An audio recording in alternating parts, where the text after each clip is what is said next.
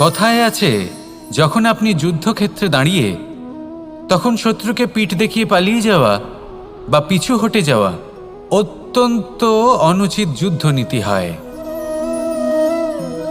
কথায় আছে যে শ্রেষ্ঠ যুদ্ধ নীতি হলো সেটাই যেখানে আপনি অস্ত্র হাতে নিয়ে এগিয়ে যান, সাহসের সাথে যুদ্ধ করে শত্রুকে পরাস্ত করে ফিরে আসেন।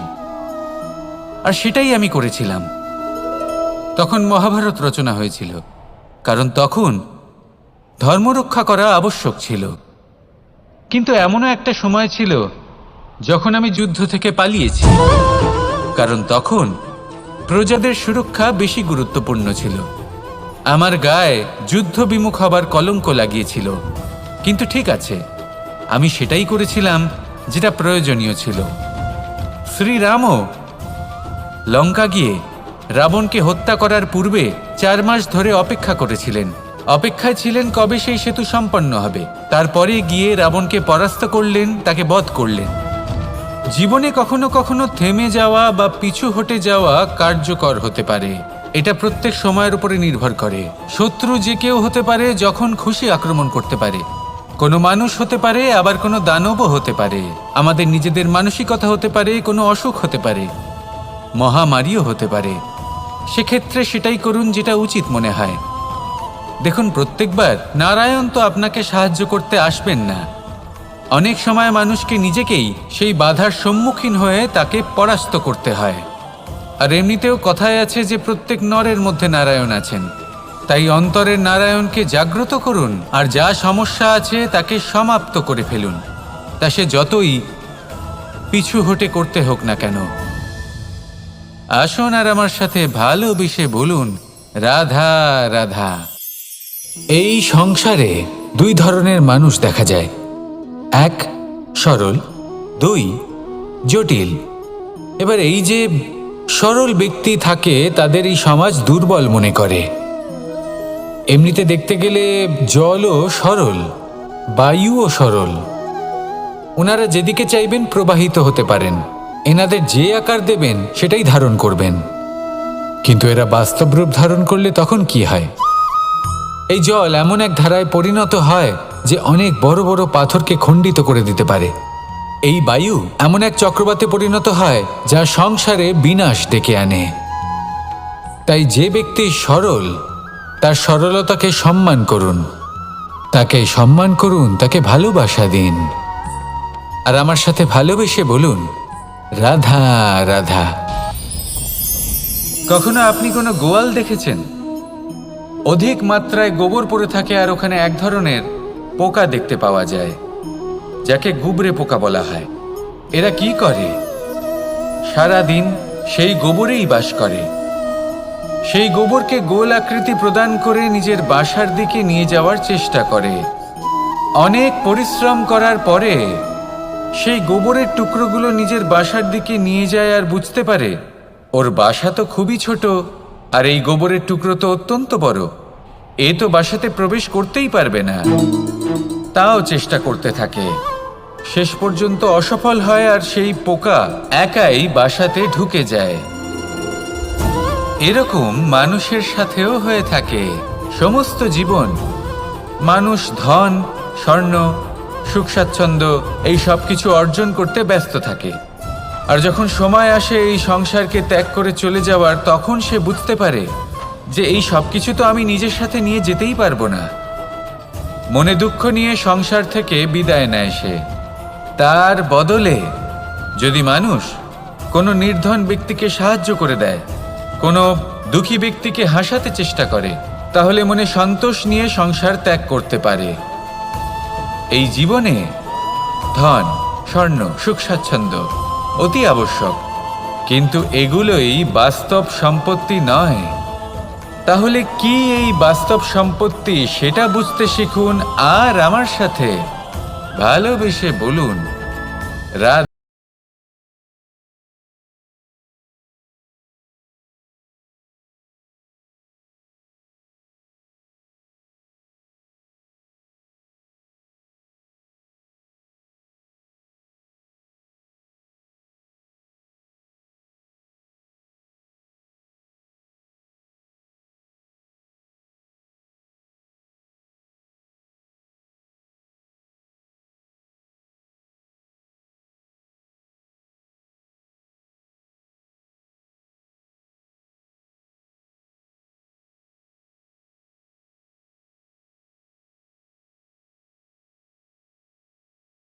যে সৎকর্ম ওনারা করেছেন, যে প্রেরণা ওনারা আমাদের প্রদান করেছেন, কখনো ভুলে যাওয়া উচিত নয়। যখন আপনি কোনো উঁচু স্থানে পৌঁছে যান, আপনি সাফল্য লাভ করেন, তখন সেই সকল বন্ধুদের ভোলা উচিত নয় যারা আপনার সাথে আরম্ভ থেকে ছিল, যারা সব সময় আপনাকে সাহায্য করেছে। আর সবথেকে গুরুত্বপূর্ণ কথা, আপনার বয়স যতই বৃদ্ধি পাক না কেন, মাতা পিতাকে কখনো ভুলবেন না। আপনি যতই বড় হন না কেন, আপনি তাদের সন্তানই থাকবেন। অভিজ্ঞতার দিক থেকে ওনাদের থেকে ছোটই থাকবেন। তাই সবসময় নিজের মাতা পিতাকে নিজের সাথে রাখুন, কখনো তাদের ভুলবেন না। সেই সকল ব্যক্তিদের ভুলে যাবেন না যারা দুঃখের দিনে আপনার সাথে ছিল, তবেই জীবনে সুখ পাবেন। আসুন আর আমার সাথে ভালোবেসে বলুন, রাধা রাধা। আমাদের জীবনে অনেক ধরনের ব্যক্তি এসে থাকেন। কেউ কেউ আমাদের সাথে থেকে যান, কেউ আমাদের থেকে দূরে চলে যান। কেউ ভালো মানুষ হন, কেউ খারাপ মানুষ। কিন্তু আমরা সবসময় সেই সময়টাকে নিয়ে দুঃখ প্রকাশ করি যখন আমাদের জীবনে কোনো খারাপ ব্যক্তি প্রবেশ করেন। তারা আমাদের খারাপ অনুভূতি দেন, দুঃখ দেন, কষ্ট দেন। আমরা সবাই তাকে ভালো মন্দ কথা বলি। কিন্তু কেন? এমন বিভিন্ন ধরনের মানুষ, খারাপ মানুষ, ভালো মানুষ, সবার জীবনেই আসেন এবং সকলকেই একটা অমূল্য শিক্ষা দান করে যান। এবার আপনি নিজেই ভেবে দেখুন, জীবনে যখন প্রথমবার আপনি আগুন স্পর্শ করেছিলেন, তখন আপনি একটা শিক্ষা লাভ করেছিলেন যে আমাকে আগুনের থেকে একটু দূরে থাকতে হবে। তারপর আস্তে আস্তে আপনি শিখলেন যে কিভাবে এই আগুনকে নিয়ন্ত্রণে রাখতে হবে। তারপর আপনি শিখলেন যে কিভাবে নিজের জীবনে তাকে প্রয়োগ করতে হবে, তা সে অন্ধকারে প্রকাশ লাভ করার জন্য হোক বা খাবার বানানোর জন্য। সেইভাবেই কোনো খারাপ ব্যক্তি যখন আপনার জীবনে আসে, কোনো শিক্ষা দিয়ে যান, তার প্রতি কৃতজ্ঞ থাকুন। তার বিষয় খারাপ ভাবার বা খারাপ অনুভূতি নিয়ে থাকার কোনো প্রয়োজন নেই। সেই শিক্ষা লাভ করুন, ইতিবাচক মনোভাব নিয়ে জীবনের সামনে এগোতে থাকুন। কেউ নেই যিনি আপনাকে বাধা দিতে পারেন। আসুন আমার সাথে ভালোবেসে বলুন, রাধা রাধা। মানুষের জীবন হলো তার যাত্রা এবং প্রত্যেকের জীবনযাত্রার লক্ষ্য হলো আলাদা। এবার মনের মধ্যে এই প্রশ্ন জাগতেই পারে যে এই জীবনের লক্ষ্যটা গুরুত্বপূর্ণ নাকি যাত্রাটা। এবং এই ভাবনায় আমরা কোথাও না কোথাও সবথেকে গুরুত্বপূর্ণ বিষয়ে ভুলে যাই যে সবথেকে গুরুত্বপূর্ণ ব্যক্তিত্ব হলো আমাদের সাথী, আমাদের সহযাত্রী, যার সাথে আমরা এই যাত্রাপথ সুনিশ্চিত করি। এটা খুব গুরুত্বপূর্ণ। আপনি নিজেই দেখুন, মেঘ থেকে বৃষ্টি ঝরে পড়ে। তার লক্ষ্য হলো ধরিত্রী, তার যাত্রাপথ হলো সেই বায়ুমণ্ডল। কিন্তু ও কোন সাথী নির্বাচন করছে তার উপর কত কিছু নির্ভর করে। যদি সাথী হিসেবে ঝিনুককে খুঁজে পায় আর ওই ঝিনুকের ওপরে গিয়ে পড়ে, তাহলে মুক্তয়ে পরিণত হয়। তখন লক্ষ্য কি হয়ে থাকে? ঈশ্বরের আভূষণ। সেখানেই যদি এই জলের ফোঁটা কোনো সাপের সঙ্গ পায়, কোনো সাপের মুখে গিয়ে পড়ে, তাহলে তা পরিণত হয় বিষে। আর তখন লক্ষ্য কি হয়? কারোর প্রাণ হরণ করা। এই উদাহরণ স্থির করে যে আমাদের জীবনে সাথীর নির্বাচন হলো অত্যন্ত আবশ্যক এবং অত্যন্ত গুরুত্বপূর্ণ বিষয়। কারণ সাথীর প্রভাব শুধু যে আপনার পথে পড়বে তা নয়, আপনার লক্ষ্যের ওপরও পড়বে। কখনো কখনো কেউ আপনার লক্ষ্য বদলে দেবে, কখনো উচিতভাবে, কখনো অনুচিতভাবে। সেটা আপনার নির্বাচনের উপর নির্ভর করছে। তাহলে একজন শ্রেষ্ঠ সাথী নির্বাচন করুন আর আমার সাথে ভালোবেসে বলুন, রাধা রাধা। বিষ এবং অমৃত, এর ভিত্তিতেই সংসার চক্র চলতে থাকে। যখন সমুদ্র মন্থন হয়েছিল তখন এই দুই প্রাপ্ত হয়েছিল। প্রথমে বিষ পাওয়া গেল, তারপর অমৃত। জীবন মন্থন করলেও এগুলো লাভ করা যায়। এবার এই যে বিষ, তা হলো অমৃতের থেকে অনেক বেশি শক্তিশালী এবং সেই জন্যই অনেক বেশি ঘাতকও। এবার বোঝার চেষ্টা করি এই বিষ আসলে কি।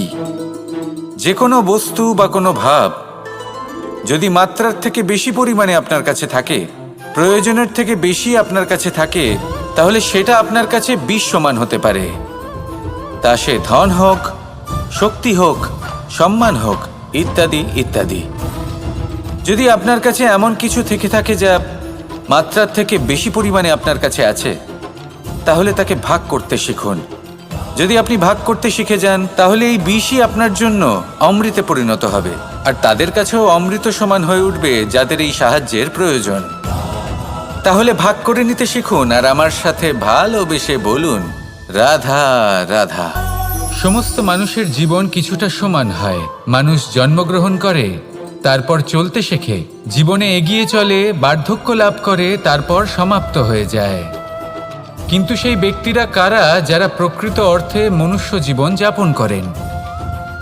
এনারা হলেন সেই ব্যক্তি যারা পড়ে গেলেও আবার উঠে দাঁড়ানোর চেষ্টা করেন, নিজের ভেঙে পড়া অস্তিত্বকে আগলে নিয়ে আবার একটা আকার দেওয়ার চেষ্টা করেন, ভগ্ন আশাকে আবার একটা নতুন দিশা দেন।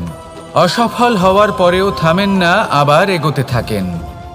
অসফল হওয়ার পরে যদি আপনি থেমে যান, তাহলে সাফল্য আপনার সামনে অপেক্ষা করে, কিন্তু আপনি তা দেখতে পান না। তাই জীবনের সংঘর্ষে অংশগ্রহণ করতে শিখুন। জীবনের সংঘর্ষ থেকে পালাবেন না। আসুন আমার সাথে ভালোবেসে বলুন, রাধা রাধা। একবার একজন সাধক ওনার শিষ্যদের একটা কাজ দিলেন। একটা দুর্লভ জড়িবুটি নিয়ে আসতে বললেন। এতটাও কঠিন কাজ সেটা ছিল না, কারণ সকল শিষ্য জানতেন যে এই দুর্লভ জড়িবুটি কোথায় পাওয়া যায়। পর্বতের শিখরে। কঠিন কাজ কোনটা?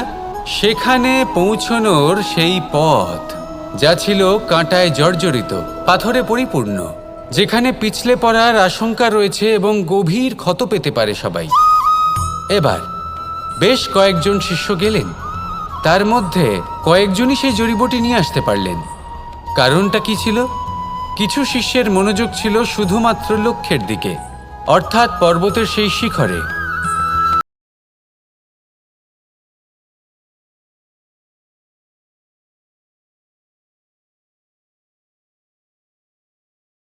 ভূত করলেন শুধুমাত্র লক্ষ্যের দিকে। বাকিরা মনোনিবেশ করলেন এই সংকটের থেকে নিজেকে বাঁচাতে। কিন্তু যাদের মনোযোগ শুধু লক্ষ্যের দিকে ছিল, শুধু তারাই জড়িবুটি নিয়ে আসতে পারলেন। কারণ কি ছিল? একটা সহজ ব্যাপার যা আমাদের বুঝতে হবে। আমরা যদি লক্ষ্যে পৌঁছতে চাই, তাহলে বিপদের সম্মুখীন তো আমাদের হতেই হবে, আর কোনো বিকল্প নেই। যন্ত্রণাও হবে, পায়ে কাঁটাও হয়তো ফুটতে পারে, হয়তো পড়েও যেতে পারেন, হয়তো রক্তপাতও হতে পারে। কিন্তু তার সাথেই সাফল্য অর্জনের যে আনন্দ, সেটাও পাওয়া যায়। সেই জন্য নিজের মনোযোগ সবসময় লক্ষ্যের দিকে রাখুন, পথের সেই বিপদগুলির দিকে নয়। সত্যি কথা বলতে, এই বিপদ এটা কিছুক্ষণের, আজ আছে কাল নাও থাকতে পারে। কিন্তু যদি লক্ষ্যকে প্রাপ্ত করতে পারেন, তাহলে তার আনন্দ আপনার সাথে সারা জীবন রয়ে যাবে।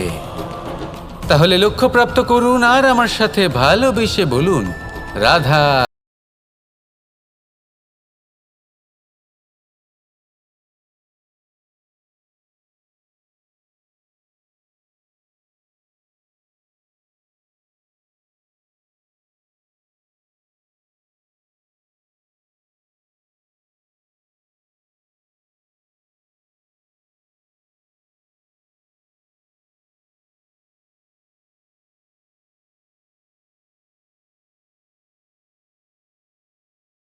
যে আমি ওখানে পেতে পারি না, সবকিছুই পেতে পারি, তাও এখানে বনে একা বসে আছি। কোন সুখ খুঁজে চলেছি? একা থাকার সুখ। আমরা প্রত্যেকদিন অনেক মানুষের সাথে, চিন্তাধারার সাথে, কর্মের সাথে, পরিস্থিতির সাথে, সুখ দুঃখের দ্বারা বেষ্টিত থাকি।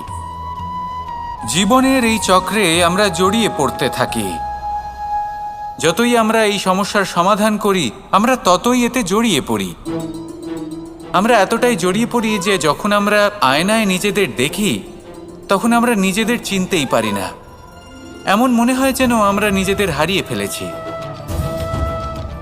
সেই জন্য প্রত্যেক দিন আপনি কিছু সময় নিজের সাথে কাটান একান্তে। এটা অত্যন্ত আবশ্যক। নিজের অস্তিত্বের গভীরে গিয়ে দেখতে শিখুন, নিজেকে বুঝুন। অদ্ভুত শান্তির অনুভূতি হবে।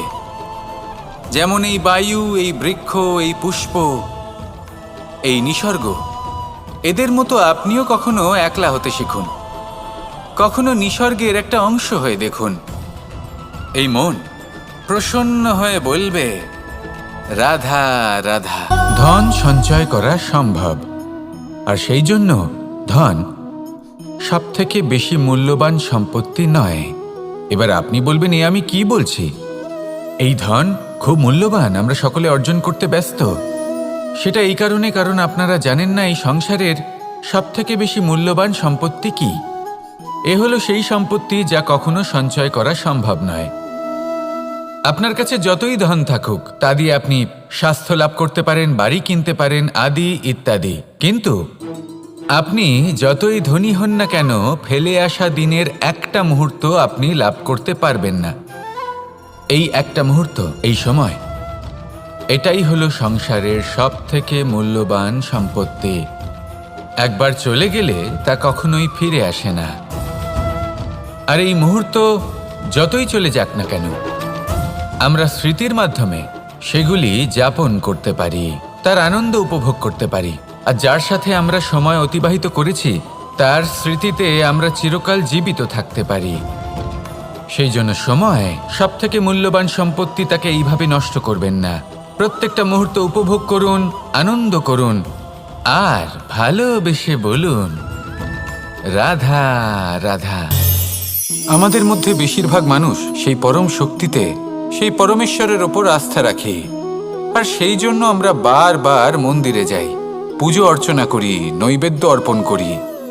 কিন্তু অত্যন্ত গুরুত্বপূর্ণ একটা বিষয় আমরা ভুলে যাই, আর সেটা হলো যে পাষাণের সেই প্রতিমা যা মন্দিরে স্থাপন করা হয়েছে, তাদের মধ্যে আমরা ঈশ্বরকে খুঁজে পাবো না যতক্ষণ না বাড়িতে বিরাজমান ঈশ্বর, অর্থাৎ আমাদের মাতা পিতা, তাদেরকে আমরা সেবা করছি। দেখুন, ঈশ্বর নিশ্চিত রূপে এই সংসার নির্মাণ করেছেন, কিন্তু আপনি সেই সংসারের অংশ তবে থেকে হয়েছেন যেদিন থেকে এই সংসারে আপনি পদার্পণ করেছেন। আর এই উত্তরদায়িত্ব পালন করেছেন কারা? আপনার মাতা পিতা। ঈশ্বর আছেন, এই ভাবনা আপনার মধ্যে জাগ্রত হয়েছে আপনার মাতা পিতার মাধ্যমে। সেই জন্য মন্দিরে গিয়ে আপনি যতই প্রসাদ বিতরণ করুন তার কোনোই অর্থ নেই যদি ঘরে বসে থাকা মাতা পিতা অভুক্ত থাকেন। মন্দিরে গিয়ে পরমেশ্বরকে প্রসন্ন করার পূর্বে ঘরে বিরাজমান ঈশ্বর মানে আপনার মাতা পিতা, তাদের সেবা করুন, তাদের প্রসন্ন করুন।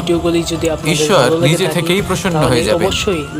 আসুন আমার সাথে ভালোবেসে বলুন, রাধা রাধা।